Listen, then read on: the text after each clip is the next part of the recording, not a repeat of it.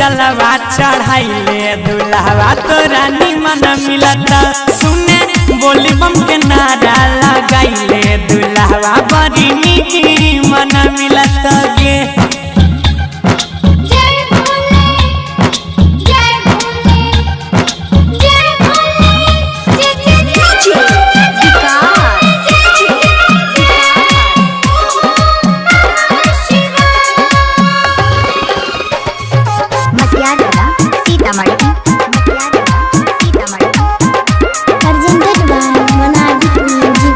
मौका पर मिलता एक साल बाद गे बाबा बुराई देता मन के मुराद गे बोलबा में मौका पर मिलता ऐसा एक साल बाद गे बाबा बुराई देता मन के मुराद गे सुइया के चढ़ाई चढ़े जय है तुम मगन में जोड़ी लगैता बाबा अगला लगन में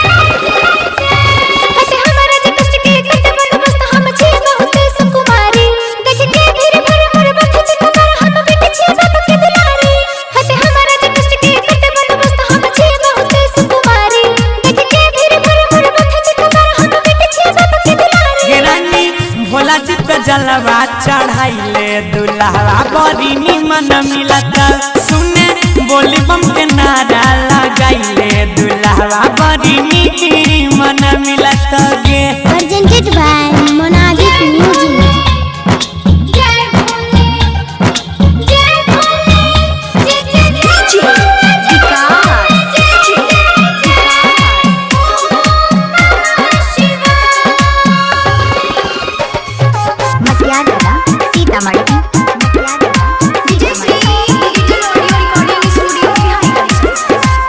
भक्ति के पीड़ा के नहीं होय छे मापदंड गे बाबा धाम जाके मिलता बहुत आनंद गे बोलबा में भक्ति के पीड़ा के नहीं होय छे मापदंड गे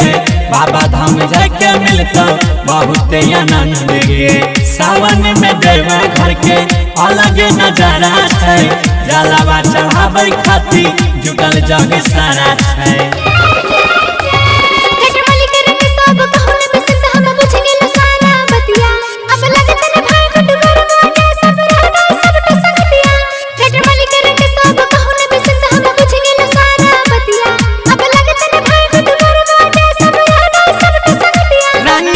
भोला जी पे जलवा चढ़ा लो हंस बैंड तुमको निमन मिलेगा रानी भोला जी पे जलवा चढ़ा लो यू विल गेट